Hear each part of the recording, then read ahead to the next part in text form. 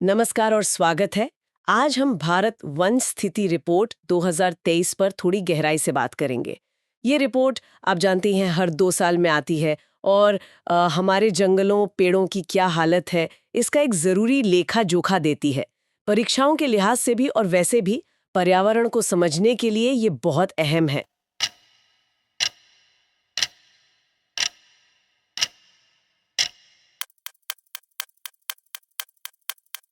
तो हम कोशिश करेंगे कि इन आंकड़ों के पीछे की कहानी समझें, मतलब क्या निकल रहा है इन सब नंबर्स से। तो आज देखते हैं कि इस रिपोर्ट की जरूरी बातें क्या हैं, हमारे जंगल और पेड़ कहाँ खड़े हैं, पिछले 2 सालों में क्या कुछ बदला, कौन से राज्य अच्छा कर रहे हैं, कहाँ थोड़ी चिंता की बात है। चलिए जरा खंगालते हैं इसे। बिल्कुल। और देखिए, कोई भी रिपोर्ट समझने से पहले ये जानना जरूरी है कि ये आती कहाँ से है, कौन बनाता है इसे। तो इसे तैयार करता है भारतीय वन सर्वेक्षण, मतलब forest survey of India, FSI। इनका हेडक्वार्टर देहरादून में है। ये लोग सैटेलाइट डेटा और ग्राउंड सर्वे दोनों का इस्तेमाल करते हैं। और फिर इसे जारी कौन करता है? वो है हमारा केंद्रीय पर्यावरण, वन और जलवायु परिवर्तन मंत्रालय। 2023 वाली रिपोर्ट श्री भूपेंद्र यादव जी ने जारी की थी, जो उस समय मंत्री थे। ये सरकारी दस्तावेज है, तो जाहिर है नीतियां इसी के आधार पर बनती हैं आगे। सही कहा। और ये कोई मतलब अभी शुरू नहीं हुआ है ना? काफी समय से चल रहा है ये। कब से आ रही है ये रिपोर्ट? हाँ हाँ, ये काफी पुराना सिलसिला है। पहली रिपोर्ट आई थी 1987 में, और तब से हर 2 साल पर बिना नागा ये पब्लिश हो रही है। तो जो 2023 की रिपोर्ट है, ये इस सीरीज की 18वीं रिपोर्ट थी। इससे हमें ट्रेंड समझने में बहुत मदद मिलती है कि लंबे समय में क्या बदलाव आ रहे हैं। 18वीं रिपोर्ट, बाप रे! मतलब 3 दशक से ज्यादा का डेटा हमारे पास है। ये तो कमाल की बात है। अच्छा, ये रिपोर्ट देखती क्या क्या है? मतलब इसके मुख्य कंपोनेंट्स क्या हैं? देखिए, इसमें कई जरूरी पहलू कवर होते हैं। सबसे पहले तो है वनावरण, यानी फॉरेस्ट कवर। ये वो जमीन है जहां पेड़ों का घनत्व, मतलब कैनोपी डेंसिटी, 10% से ज्यादा हो और एरिया 1 हेक्टेयर से ज्यादा हो। फिर आता है वृक्षावरण, यानी ट्री कवर। ये जंगलों के बाहर वाले पेड़ हैं, जैसे खेतों पर, शहरों में, सड़क किनारे, ये सब। इन दोनों को मिला दें तो बनता है कुल हरित आवरण, मतलब फॉरेस्ट और ट्री कवर। इसके अलावा मैंग्रोव जैसे जो स्पेशल इकोसिस्टम हैं, उनको अलग से देखा जाता है। वनों में कितना कार्बन जमा है, यानी कार्बन स्टॉक, उसका हिसाब किताब होता है। ये क्लाइमेट चेंज के नजरिए से बहुत जरूरी है। फिर जंगलों में आग लगने की घटनाएं, फॉरेस्ट फायर्स, और कृषि वानिकी, एग्रो फॉरेस्ट्री, इन सब पर भी डेटा होता है। काफी व्यापक है ये तो। ठीक है, तो सबसे बड़े सवाल पर आते हैं। भारत में कुल कितना एरिया है जो वनों और पेड़ों से ढका है? 2023 की रिपोर्ट क्या कहती है? हाँ, तो 2023 के आकलन के हिसाब से भारत का कुल वन और वृक्षावरण दोनों मिलाकर 8,27,357 वर्ग किलोमीटर है। 8,27,000। और अगर इसे परसेंटेज में देखें तो ये देश के कुल ज्योग्राफिकल एरिया का 25.17% है। ये नंबर अक्सर पूछा जाता है, तो इसे याद रखना अच्छा है। 25.17%। 25.17%, ठीक है। ये जो हमारा राष्ट्रीय लक्ष्य है 33% का, उससे तो अभी भी काफी फासला है। खैर, इसको थोड़ा और तोड़ें। इसमें से असली जंगल यानी वनावरण कितना है और बाकी बिखरे हुए पेड़ वृक्षावरण वो कितना है? हाँ, ये फर्क समझना जरूरी है। जो केवल वनावरण है, फॉरेस्ट कवर, वो है 7,15,343 वर्ग किलोमीटर। ये देश के कुल एरिया का 21.76% है। इसमें भी फिर very dense forest, moderately dense, open forest, ये सब कैटेगरीज होती हैं। 21.76%, ओके। और वृक्षावरण जो हमारे आसपास दिखते हैं शहरों में, गांवों में? वृक्षावरण का अनुमान है 1,12,014 वर्ग किलोमीटर। ये बनता है कुल एरिया का 3.41%। तो वो 21.76% वनावरण और ये 3.41% वृक्षावरण, इन्हीं को जोड़कर वो कुल 25.17% आता है। अच्छा, तो ये तो हुई मौजूदा स्थिति। अब आते हैं बदलाव पर। पिछली रिपोर्ट से, मतलब 2021 से 2023 के बीच क्या हुआ? कुछ बड़ा घटा? क्या हम सही दिशा में हैं? देखिए, ओवरऑल देखें तो हाँ, एक पॉजिटिव साइन तो है। पिछले 2 सालों में कुल वन और वृक्षावरण मिलाकर 10,445 वर्ग किलोमीटर की बढ़ोतरी हुई है। लेकिन यहाँ एक बहुत बहुत जरूरी बारीकी है, इस पर ध्यान देना चाहिए। ये जो कुल वृद्धि है 10,445 वर्ग किमी की, इसमें वनावरण में वृद्धि सिर्फ 156 वर्ग किलोमीटर की है, बहुत ही मामूली। जबकि वृक्षावरण यानी ट्री कवर उसमें 10,289 वर्ग किलोमीटर की जबरदस्त बढ़ोतरी हुई है। अरे, ये तो मतलब बहुत बड़ा अंतर है। सिर्फ 156 वर्ग किलोमीटर जंगल बढ़े और 10,000 वर्ग किलोमीटर से ज्यादा पेड़ बढ़े जंगलों के बाहर। इसका क्या मतलब समझेंगे? अच्छी बात है या चिंता की बात है? देखिए, ये मिलती तस्वीर है कह सकते हैं। एक तरफ तो ये अच्छा है कि शायद एग्रो फॉरेस्ट्री, अर्बन प्लांटेशन, सड़क किनारे पेड़ लगाना, ये सब कामयाब हो रहा है। लोग जंगलों के बाहर पेड़ लगा रहे हैं। इससे कार्बन सोखने में, लोकल एनवायरनमेंट सुधारने में मदद मिलती है। लेकिन दूसरी तरफ जो कोर फॉरेस्ट एरिया है, वनावरण, उसमें इतनी कम वृद्धि, ये वाकई चिंता की बात है। ये इशारा करता है कि हमारे जो मौजूदा जंगल हैं, उन्हें बचाना, उन्हें और घना करना, ये शायद एक बड़ी चुनौती बना हुआ है। हो सकता है उन पे दबाव ज्यादा हो या वनीकरण के प्रयास उतने सफल ना हो जितने वृक्षावरण के हो रहे हैं। हाँ, ये सोचने वाली बात है कि असली जंगलों का दायरा क्यों नहीं बढ़ पा रहा उतना। खैर, अब राज्यों पर आते हैं। कौन से राज्य हैं जिन्होंने ये हरित आवरण बढ़ाने में सबसे ज्यादा योगदान दिया है? अगर हम वन और वृक्षावरण दोनों को मिलाकर देखें, टोटल वृद्धि, तो छत्तीसगढ़ इसमें नंबर 1 पर रहा है। उसके बाद उत्तर प्रदेश और उड़ीसा हैं। दोनों में लगभग बराबर वृद्धि हुई है। और फिर चौथे नंबर पर राजस्थान है।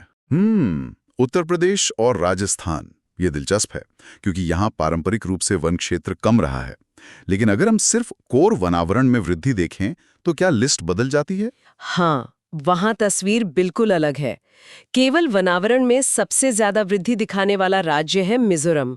उसके बाद गुजरात का नंबर आता है और फिर ओडिशा। यहाँ छत्तीसगढ़ और यूपी टॉप 3 में नहीं है। अच्छा, तो ये फिर वही बात हुई कि कुछ राज्य शायद पेड़ लगाने में ज्यादा सफल रहे और कुछ जंगल बढ़ाने में। अब एरिया की बात करते हैं। सबसे ज्यादा जंगल है कहाँ? ये तो शायद सबको पता ही होगा, है ना? मध्य प्रदेश। हाँ, ये आंकड़ा तो काफी स्टेबल रहता है। वन और वृक्षावरण दोनों मिलाकर सबसे बड़ा एरिया मध्य प्रदेश के पास ही है। दूसरे नंबर पर अरुणाचल प्रदेश और तीसरे पर महाराष्ट्र। लेकिन यहां भी एक छोटा सा ट्विस्ट है। अगर हम सिर्फ वनावरण का एरिया देखें, मतलब ट्री कवर हटा दें, तो टॉप 2 तो वही हैं, मध्य प्रदेश और अरुणाचल प्रदेश। लेकिन तीसरे नंबर पर महाराष्ट्र नहीं बल्कि छत्तीसगढ़ आ जाता है। अच्छा, छत्तीसगढ़। हाँ, तो ये छोटे छोटे फर्क बताते हैं कि असली जंगल कहाँ ज्यादा घने हैं। मध्य प्रदेश, अरुणाचल, छत्तीसगढ़, बिल्कुल ये वही राज्य हैं जहां बड़े फॉरेस्ट ट्रैक्स हैं। लेकिन परसेंटेज के हिसाब से देखें तो मतलब राज्य के अपने कुल एरिया का कितना हिस्सा जंगल है, वहां कौन आगे है? प्रतिशत में तो कहानी बिल्कुल पलट जाती है। सबसे ज्यादा वनावरण प्रतिशत वाला क्षेत्र है लक्षद्वीप, जो यूनियन टेरिटरी है। वहां करीब 90% से ज्यादा एरिया में जंगल है। 90%? हाँ, और अगर राज्यों की बात करें तो मिजोरम टॉप पर है, लगभग 84.5% एरिया। इसके बाद फिर अंडमान और निकोबार द्वीप समूह का नंबर आता है। यानी हमारे द्वीप और नॉर्थ ईस्ट के राज्य इस मामले में चैंपियन हैं। कमाल है। अच्छा, वो जो राष्ट्रीय लक्ष्य है 33% वाला, कितने राज्य या यूटीयू से पूरा कर रहे हैं? ये एक अच्छी खबर है इस रिपोर्ट में। देश में 19 राज्य और केंद्र शासित प्रदेश ऐसे हैं जहां उनके ज्योग्राफिकल एरिया के 33% से ज्यादा हिस्से पर जंगल हैं। 19? ये तो बढ़िया है। हाँ, मतलब देश का 1/3 हिस्सा इस लक्ष्य से ऊपर है। और इससे भी ज्यादा प्रभावशाली बात यह है कि इनमें से 8 राज्य और केंद्र शासित प्रदेश तो ऐसे हैं जहां 75% से भी ज्यादा जमीन पर वन है। 75% से ज्यादा? हाँ, कौन कौन से हैं ये? इनमें वही नाम है जो परसेंटेज में टॉप पर थे। मिजोरम, लक्षद्वीप, अंडमान निकोबार, अरुणाचल प्रदेश, नागालैंड, मेघालय, त्रिपुरा और मणिपुर। ये समझिए भारत के बायोडायवर्सिटी के किले हैं। ये तो बहुत ही सकारात्मक तस्वीर है। हाँ। लेकिन क्या कहीं कमी भी आई है? ऐसा भी हुआ है? हाँ, दुर्भाग्य से कमी भी दर्ज हुई है। और सबसे ज्यादा चौंकाने वाली बात शायद ये है कि वन और वृक्षावरण दोनों में मिलाकर सबसे ज्यादा कमी मध्य प्रदेश में दर्ज की गई है। मध्य प्रदेश में? हाँ। अभी तो बात हुई कि वहां सबसे ज्यादा एरिया है और वही सबसे ज्यादा कमी। ये कैसे हुआ? रिपोर्ट कुछ बताती है इसके बारे में? रिपोर्ट सीधे तौर पर कारण तो नहीं बताती, पर यह आंकड़ा बहुत चिंताजनक है। यह दिखाता है कि सबसे बड़े वन क्षेत्र वाले राज्य पर भी शायद दबाव बहुत ज्यादा है, चाहे वो अतिक्रमण हो, माइनिंग हो या फिर डेवलपमेंट प्रोजेक्ट्स हो। मतलब सिर्फ ज्यादा एरिया होना काफी नहीं है, उसे बचाए रखना भी एक बड़ी चुनौती है। ये वाकई चिंता की बात है। अब जरा कुछ खास तरह के जंगलों की बात करते हैं। मैंग्रोव्स, कच्छ वनस्पति, हमारे तटों के लिए बहुत जरूरी हैं ये। इनकी क्या स्थिति है? हाँ, मैंग्रोव का डेटा बहुत अहम होता है। देश में कुल मैंग्रोव कवर है 4,991.68 वर्ग किलोमीटर। मोटे तौर पर कह सकते हैं 4,992 वर्ग किलोमीटर। ये हमारे कुल ज्योग्राफिकल एरिया का सिर्फ 0.15% है। बहुत छोटा हिस्सा, लेकिन बहुत कीमती। और यहाँ एक गंभीर चिंता की बात सामने आई है। 2021 की तुलना में कुल मैंग्रोव एरिया में 7.43 वर्ग किलोमीटर की कमी आई है। कमी आई है? अरे हाँ, ये नंबर शायद छोटा लगे, लेकिन मैंग्रोव इकोसिस्टम इतने नाजुक होते हैं कि थोड़ी कमी भी खतरनाक है। ये हमारे तटों को सुनामी, तूफान से बचाते हैं, मछलियों के लिए नर्सरी का काम करते हैं, कार्बन सोखते हैं, बहुत ज़रूरी हैं। कमी, ये तो बिल्कुल अच्छी खबर नहीं है। सबसे ज्यादा नुकसान कहाँ हुआ है, किस राज्य में? सबसे ज़्यादा गिरावट आई है गुजरात में। वहाँ लगभग 36.39 वर्ग किलोमीटर मैंग्रोव कम हो गए। ये बहुत बड़ी कमी है। 36 वर्ग किलोमीटर गुजरात में? जी, हालांकि दूसरी तरफ कुछ राज्यों ने अच्छा भी किया है। आंध्र प्रदेश में 13.1 वर्ग किलोमीटर की वृद्धि हुई है और महाराष्ट्र में 12.39 वर्ग किलोमीटर की। तो मैंग्रोव बढ़ाने में आंध्र प्रदेश टॉप पर है और कमी में गुजरात। गुजरात में इतनी कमी, क्या वजह हो सकती है? क्या वहाँ तटीय इलाकों में ज्यादा इंडस्ट्री या पोर्ट बन रहे हैं? रिपोर्ट में कुछ इशारा है? रिपोर्ट देखिए कारणों का डिटेल्ड एनालिसिस नहीं करती है, वो आंकड़े देती है। लेकिन ये आंकड़े पॉलिसी मेकर्स के लिए एक तरह की चेतावनी है कि गुजरात के तटीय इलाकों में मैंग्रोव्स बचाने पर तुरंत ध्यान देने की जरूरत है। और आंध्रा, महाराष्ट्र में कैसे बढ़ा, उसे भी समझने की जरूरत है। शायद वहां से कुछ सीखा जा सके। सही कहा।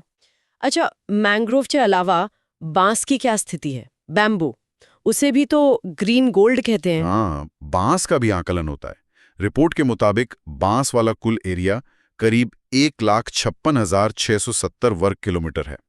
और यहाँ अच्छी खबर है, पिछले असेसमेंट से तुलना करें तो इसमें 5,227 वर्ग किलोमीटर की वृद्धि हुई है। अच्छा, ये बढ़िया है। सबसे ज्यादा बांस कहाँ मिलता है? सबसे ज्यादा बांस का क्षेत्रफल मध्य प्रदेश में ही है। ये वहाँ की लोकल इकोनॉमी और कम्युनिटीज के लिए एक महत्वपूर्ण संसाधन है। चलिए, अब एक और बहुत अहम पहलू पर आते हैं, कार्बन सोखना। क्लाइमेट चेंज से लड़ने में जंगलों का ये रोल बहुत जरूरी है। कार्बन स्टॉक का क्या स्टेटस है? हाँ, तो रिपोर्ट का अनुमान है कि 2030 में भारत के वनों में कुल कार्बन स्टॉक लगभग 7,285.5 मिलियन टन था। ये वो कार्बन है जो हमारे जंगलों ने हवा से खींचकर अपने पेड़ों में, अपनी मिट्टी में जमा कर रखा है। और यहाँ भी एक अच्छी बात है, पिछले आकलन यानी 2021 की तुलना में कार्बन स्टॉक में 81.5 मिलियन टन की बढ़ोतरी हुई है। ये बढ़ोतरी दिखाता है कि हमारे जंगल, खासकर जो वृक्षावरण बढ़ा है, वो कार्बन सोखने का काम कर रहे हैं। तो क्या हम अपने इंटरनेशनल कमिटमेंट्स की तरफ बढ़ रहे हैं?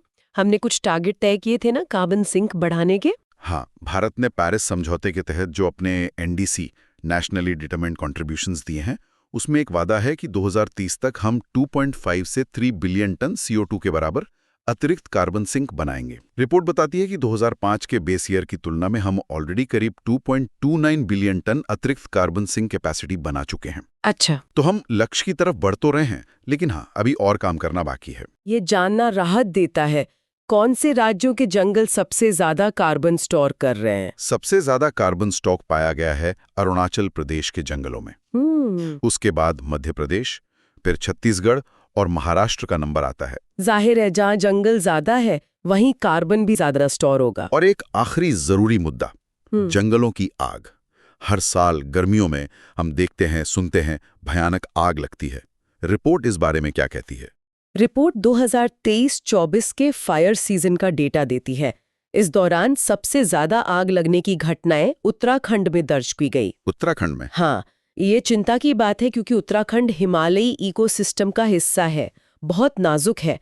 उत्तराखंड के बाद ओडिशा और फिर छत्तीसगढ़ का नंबर रहा। उत्तराखंड में सबसे ज्यादा, ये वाकई ध्यान देने वाली बात है।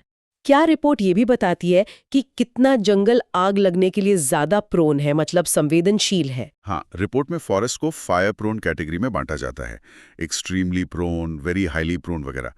ये जानकारी राज्यों को अपने फायर मैनेजमेंट प्लान बनाने में मदद करती है। ये आंकड़े दिखाते हैं कि किन राज्यों को अपनी तैयारियां और रिस्पॉन्स सिस्टम को और मजबूत करने की जरूरत है। रिपोर्ट में कुछ खास इलाकों पर भी फोकस किया गया है, जैसे पश्चिमी घाट, वेस्टर्न घाट, जो दुनिया के बायोडाइवर्सिटी हॉटस्पॉट्स में से एक है। रिपोर्ट बताती है कि उसका जो इकोलॉजिकली सेंसिटिव जोन है, करीब 60,000 वर्ग किलोमीटर का, उसका लगभग 73% हिस्सा, यानी 44,000 वर्ग किलोमीटर से ज्यादा जंगलों से ढका है। ये इस एरिया की अहमियत बताता है। इसी तरह अगर नॉर्थ ईस्ट की बात करें, पूर्वोत्तर भारत की, तो वहां कुल वन और वृक्षावरण मिलाकर 1,74,394 वर्ग किलोमीटर है। ये उस रीजन के टोटल ज्योग्राफिकल एरिया का लगभग 67% है। 67%। हाँ, ये नेशनल एवरेज 25.17% से कितना ज्यादा है। ये दिखाता है कि नॉर्थ ईस्ट सच में हमारे देश का ग्रीन लंग क्यों है। तो अगर हम इस पूरी बातचीत को समेटें तो भारत वन स्थिति रिपोर्ट 2023 एक मिली-जुली तस्वीर पेश कर रही है। कुछ अच्छी बातें हैं तो कुछ चिंताएं भी हैं। बिल्कुल। अच्छी बात यह कि कुल हरित आवरण बढ़ा है, पर यह ज्यादातर वृक्षावरण की वजह से है। कार्बन स्टॉक बढ़ा है, हम अपने कार्बन सिंक टारगेट की तरफ बढ़ रहे हैं। 19 राज्यों 33% वाले लक्ष्य से ऊपर हैं और 8 तो 75% से भी ऊपर हैं। बांस क्षेत्र भी बढ़ा है। हाँ, लेकिन दूसरी तरफ देखें तो वनावरण में बढ़त बहुत ही कम है। ये चिंताजनक है। मैंग्रोव एरिया में कमी आई है, खासकर गुजरात में, जो गंभीर बात है। और सबसे ज्यादा जंगल वाले राज्य मध्य प्रदेश में ही ओवरऑल हरित आवरण में सबसे ज्यादा कमी आई है। जंगलों की आग भी एक बड़ी चुनौती है, उत्तराखंड जैसे राज्यों के लिए तो खास तौर पर। सही कहा। और ये रिपोर्ट रीजनल डिस्पैरिटी भी दिखाती है। एक तरफ नॉर्थ ईस्ट और द्वीप है जो हरे भरे हैं, दूसरी तरफ कई मैदानी राज्यों में जंगल बहुत कम है और राज्यों के परफॉर्मेंस में भी बहुत अंतर है। कोई आगे बढ़ रहा है, कोई पीछे जा रहा है। हाँ, ध्यान देना है, कहाँ ज्यादा कोशिश करनी है, कौन सी चुनौतियां हैं जिनसे निपटना है। और सिर्फ पॉलिसी मेकर्स के लिए ही नहीं, ये हम सब के लिए जरूरी जानकारी है। ये समझने के लिए कि हमारे नेचुरल रिसोर्स किस हाल में है और उनके संरक्षण में हम सब क्या कर सकते हैं। बिल्कुल। और इसी के साथ आज की इस बातचीत को खत्म करते हुए एक सवाल मन में आता है। रिपोर्ट साफ दिखाती है कि विकास और संरक्षण के बीच एक बहुत नाजुक संतुलन साधने की जरूरत है, खासकर उन राज्यों में जहां जंगल कम हो रहे हैं या मैंग्रोव जैसे इकोसिस्टम पर खतरा है। वहां आर्थिक विकास और पर्यावरण सुरक्षा दोनों को एक साथ कैसे साधा जा सकता है? क्या हमारी मौजूदा नीतियां काफी हैं या हमें और ज्यादा नए और शायद सख्त उपायों की जरूरत पड़ेगी?